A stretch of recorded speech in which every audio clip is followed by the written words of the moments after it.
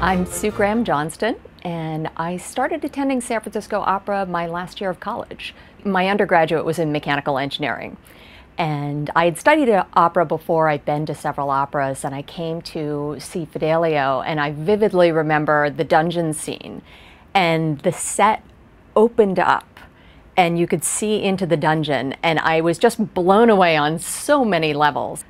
So one of the most memorable experiences that I've had with the San Francisco Opera was the day that the costume shop volunteered to help pull the Batkid event together. We have been longtime supporters of the Make-A-Wish Foundation, and they contacted us about doing Batkid, and my husband was Batman, I was the damsel-in-distress, and we recruited some of our friends to be the villains.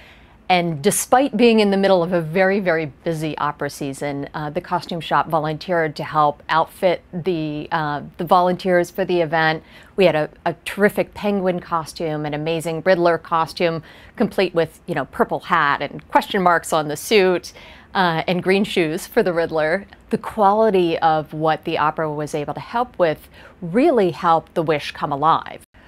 So it's incredibly important to me to support San Francisco Opera. I reflect on what would a world without opera be like. And I think about, the songs that just like rip your heart out when you're listening to an opera, or, the beauty of a set or the imagination of a new opera that's being created, like Heart of a Soldier.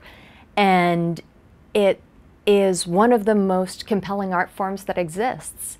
And I think one of the things to ask yourself if you're in your 30s or 40s is you always think somebody else is going to support the arts for me, they'll always be there.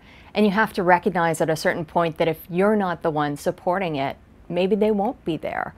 And so that was really one of the things that occurred to me and why I'm a much stronger supporter of the opera now than I've ever been.